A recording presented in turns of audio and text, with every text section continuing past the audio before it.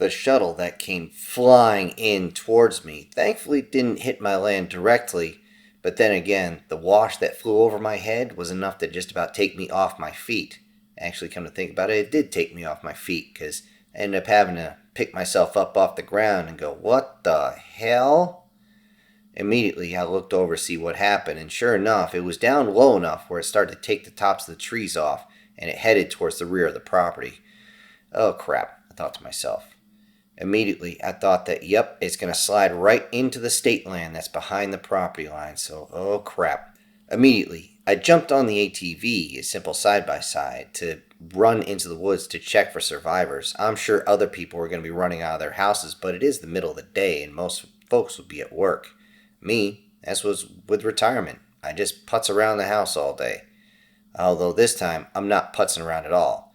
Immediately, I grab a chainsaw, a rifle, and a first aid kit because I'm not even sure what type of shuttle that was. It doesn't look human, but you never know nowadays. And I need to make sure that I patch up who or what I find. I haul ass as fast as I can through the forest until I hit the state land. One would think it'd be hard to find something that you didn't see where it crashed, but needless to say, it left a pretty obvious trail. Unfortunately, because all the destruction left behind, the trip there was a bit bumpy, to say the least. In fact, I almost rolled more than once. Although, hey, I've had enough practice with this four-wheel drive thing. I got no problems. Because it was so low, though, it also doesn't take long to find, well, what's left of the shuttle. Hell, I definitely can't tell if this was human or not from a distance. I immediately start looking around. As I got close, though, I could tell, yeah, these were not humans. It was pretty easy to tell because the alien lifeblood was everywhere, splattered all over the place. I began to look for survivors, and I found, well, parts. An arm here, a foot there, in one case a head that seemed to be looking up to me, kind of surprised looking, but obviously who or whatever this was is done. I walked up as I could see more and more destruction. It seemed like the shuttle itself had been ripped to pieces on the way in. I looked for a few larger pieces that seemed to have been blown off, but I didn't see them. That was odd. I immediately looked inside, and I could see that the bottom, when it belly landed, tore open, and all the bodies that were inside were ripped to pieces. I looked behind, and I could see that there were still parts of everything back there.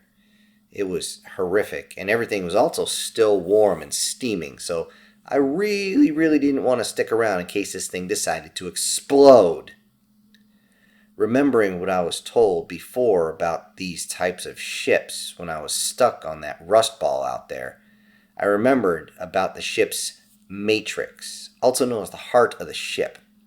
I reached inside the center of the ship, where it's always kept in the very core, almost like the citadel on a battleship, always in the most protected spot, so it wasn't quite easy to get at, but thankfully their version of a citadel isn't feet of hardened steel. No, this one I could pretty much just reach in because it was tore apart really bad. Thankfully, once I reached in, felt around a little bit, I found something that was almost gooey. Oh, this has to be it. And looking in, I saw something still glowing. All I could think to myself was, okay, that's a good thing. That means whatever's on here is still intact. Eventually, I was able to get it unhooked and pulled out. Thankfully, these things are not actually tied in super tight, and they simply pull right out. You do have to disconnect a few connections, but that's all. On the way out, I double-checked the bodies, but something I found strange. There's no symbols. And then I looked again, and I'm like, oh, how could I miss this? All of these robots are about the size of, well, me. Or slightly smaller if you put them back together. This is very odd. They don't have symbols, no insignia saying what faction they're in. I looked, and many of them looked like they had some sort of vehicle mode, some sort of land-based vehicle mode. It was obvious, this, but I was still confused at what I was looking at. However, this place was still hot, still steaming, and still making a couple popping sounds, so I really didn't want to stick around. Immediately, I climbed out, put away the matrix in my pocket, and before I left, I turned around and held a silent vigil. Whoever these were, they had the balls, or in this case, the bolts, to get here for some reason, and that's worth respecting. As I head back, I decide to take a very wide, circular route around the area. I've been back here enough times to know what's where, so I could definitely throw someone off my trail. Especially as I just get started, I listen close and I can hear the choppers coming. I see them hovering overhead as I circle around. It's obviously they came to get any wounded, but it's going to turn out they came to get the dead. Due to the fact I had to take such a long route, it took a very long time to get back to the house, but it was worth it as I wasn't tracked the entire time. Realizing the danger, the first thing I do is put any human-made devices like phones or any other tablet-type things in a very old freezer I keep outside. The cold's not going to damage anything, and the fact that it's basically an antique Faraday cage wrapped in lead means that I'm not going to have anybody listening or watching what I'm doing. Immediately, I move to the computer that I keep offline, completely in a separate room. I do a quick look around before I even pull the matrix out of my pocket, simply because, like the man says, just because I'm paranoid doesn't mean they're not watching. Once I'm assured I'm alone and completely offline, I hook the matrix up to the standalone computer that I built, which surprisingly took a long time, as it uploads all of the matrix that I now have it hooked to. I think of all the hoops I had to jump through just to get the parts for this thing. It seemed as though every single government, every single agency, every single business wanted to know, well, my business. Seriously, what are you going to use it for? That's none of your business. Well, then we won't sell it to you. Okay, bye. You don't need to know. Just sell me the frickin' parts, you asshole. The more I thought about it, the more it made my blood boil. But I did need something to keep my mind off the upload, because it could be quick, it could take a long time. I actually had time to think about how pathetic our tech would have been without the war. I think about how we'd be limited by now to maybe some small little devices that people just use for BS and to share porn with each other. I think about how our tech makes it guaranteed that we can purchase full physical media.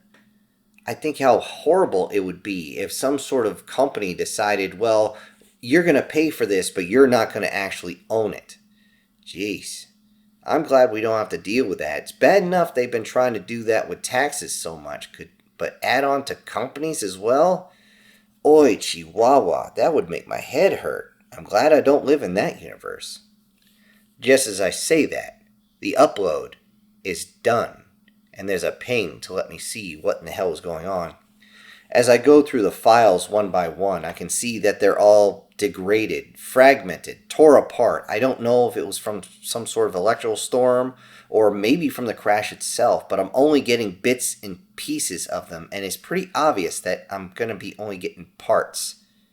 The very first one is a video of someone that I knew from way back in the day.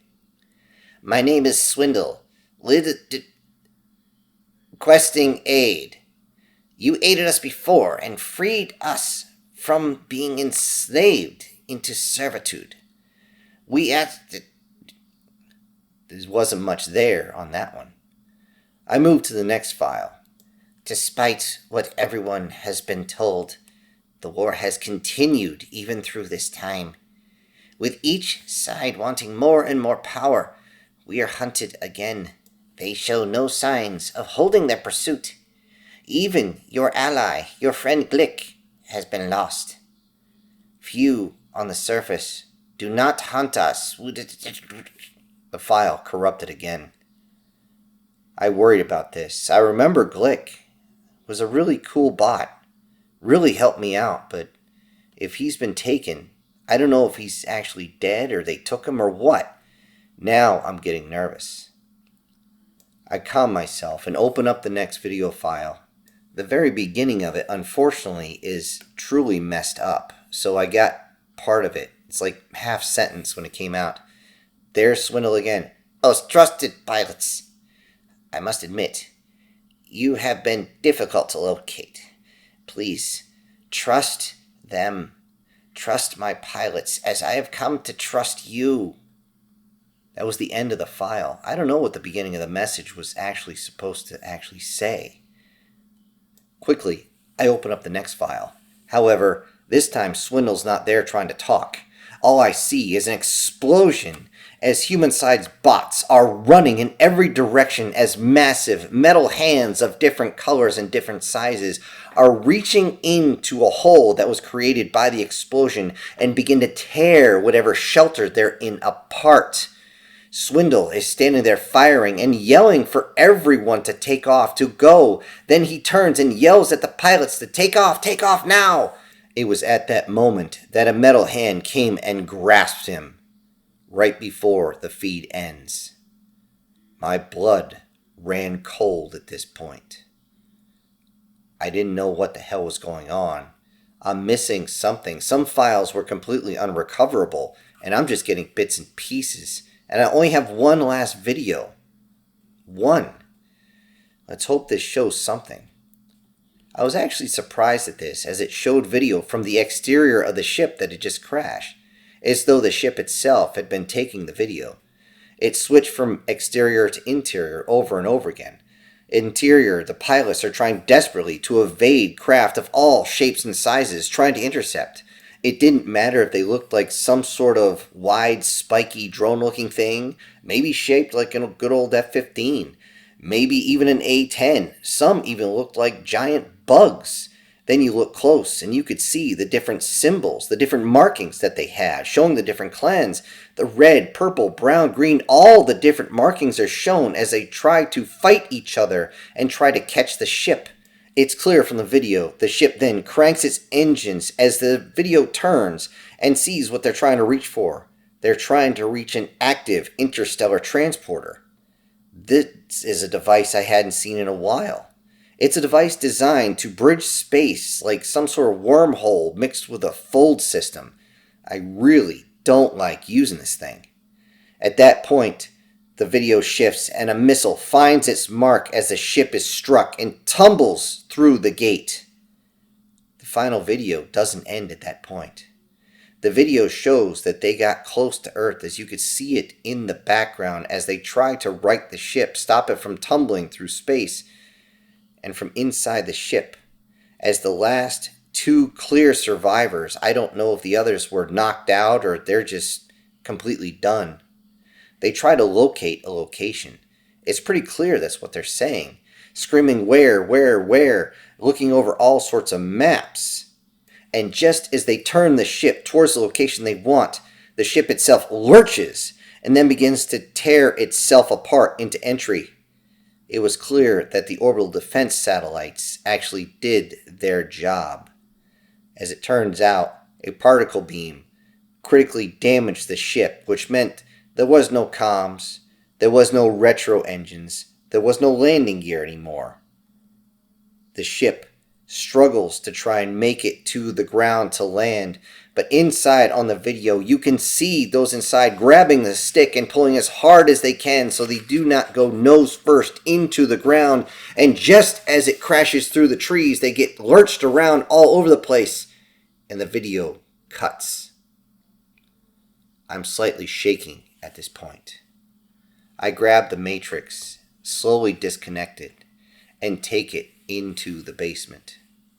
I place it in the pod, a pod that I built from scratch, a pod that, once I close it, will fill up with that same glowing green liquid, the lifeblood. I think to myself, I don't know if this will work, but it's still glowing, which means it still has a spark of hope. Perhaps, maybe, just maybe. After assuring that the pod is filled up with no leaks, I stand there pondering for a few moments. The question going through my mind is simply, Should I? Yet it seems as though with everything I've done, the choice was made for me. I walk over to the boxes that were stacked up right next to the large wall locker. I once again pause, knowing once I open this thing, there is no going back. I can't go back. Everybody knows this one. If you want to forget your past, you can try to bury it, but sometimes it comes back up. Eventually, I remove all the covers of the wall locker, that large tarp, toss it to the side, and I see it. The wall locker and those large squad boxes. Hesitating for a moment more, I open the wall locker to see all my uniform and gear in pristine condition. I reach up and I begin to place on my old uniform. There's no name, no insignias, no rank, just a single patch on the arm, a patch that was stained a long time ago with that robot's lifeblood. Everything goes on just as I trained, just as I practiced, just as everything before. The uniform, the boots, the web gear with topped off pouches and magazines completely full. The drop legs, along with the straps underneath to make sure that the weight doesn't pull it down to my knees.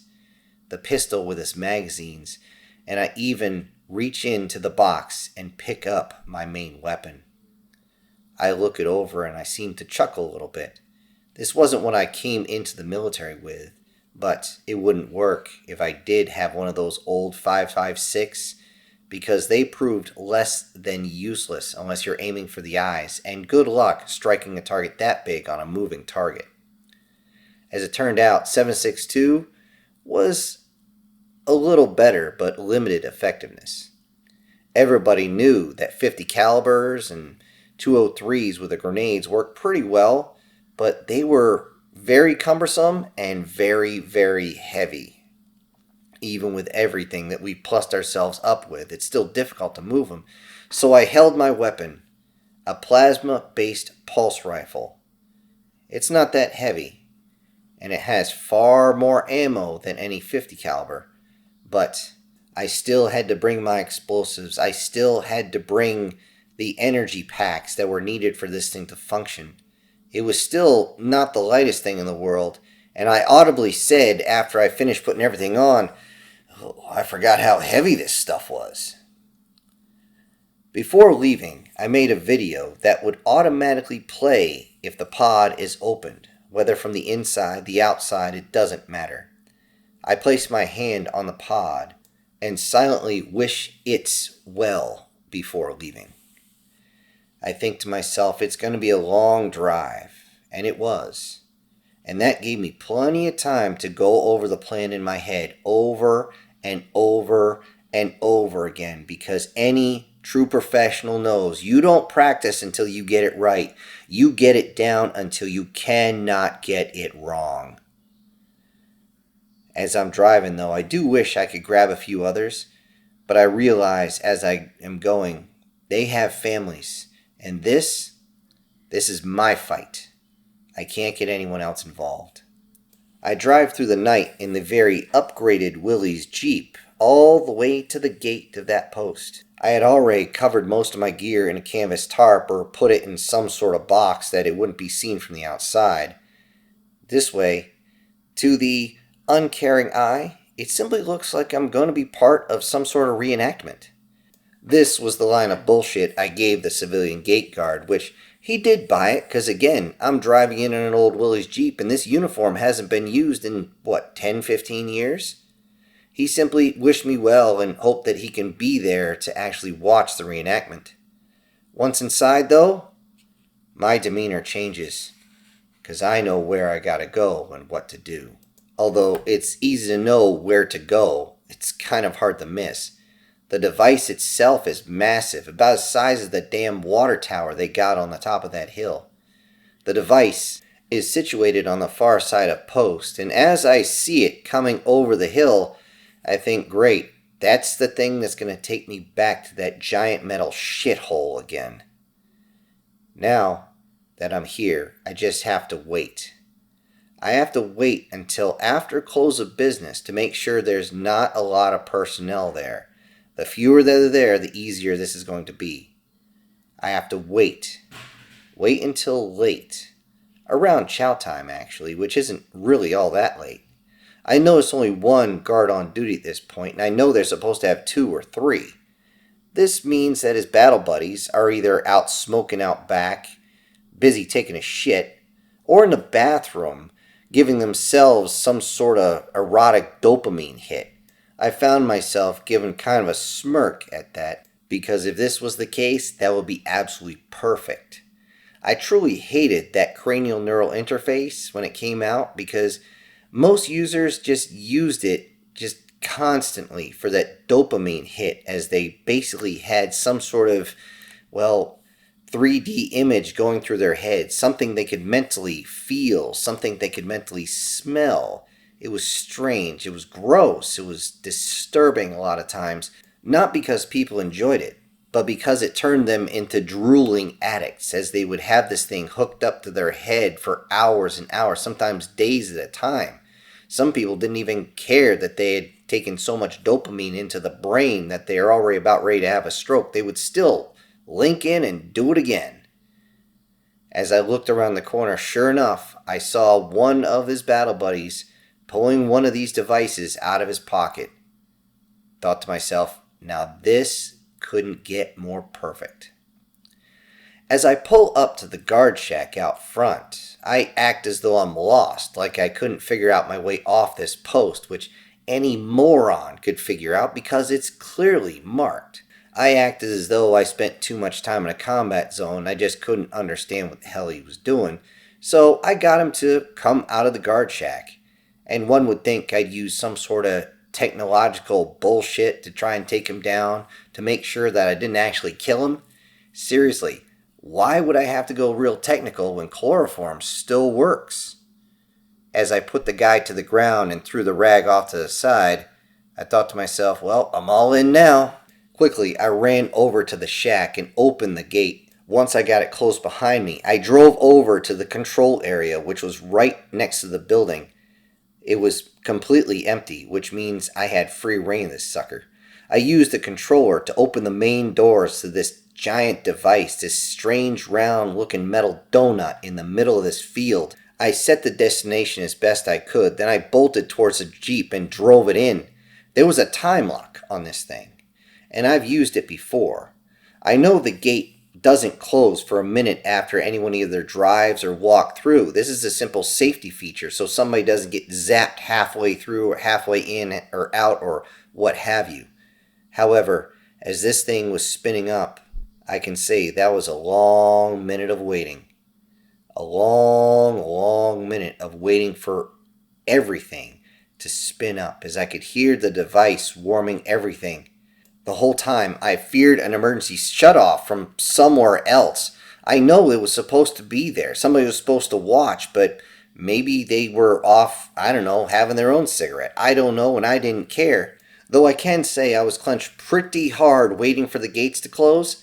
The only thing that drew my attention away was as I drove up, I pulled that stained patch, the flag off my arm, and I left it outside as kind of a hat tip to let everybody know what the hell was going on and where I was going.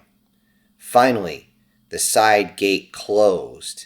As everything went dark around me and I seen some strange light over top as this thing was about to do what it's going to do, I said out loud, "No stopping it now." As I got in the Jeep and got ready to start it up as soon as I jumped to that next planet, I said, well, guess retirement's over. Hello everybody, this is Syntax. Thank you so much for joining me today on Chapter 2 of the Cybertronian Wars. Now before I go, I need to send out some special thank yous to a few of my supporters, and those will be Prozac and Pancakes, Guardian Sage, SS Demon, Brian Kemp, Julius Boone, MTF Guard, and Erica Gem. Thank you all so much for supporting the channel. Everybody else, I'll see you on the next one. This is Syntax, ejecting.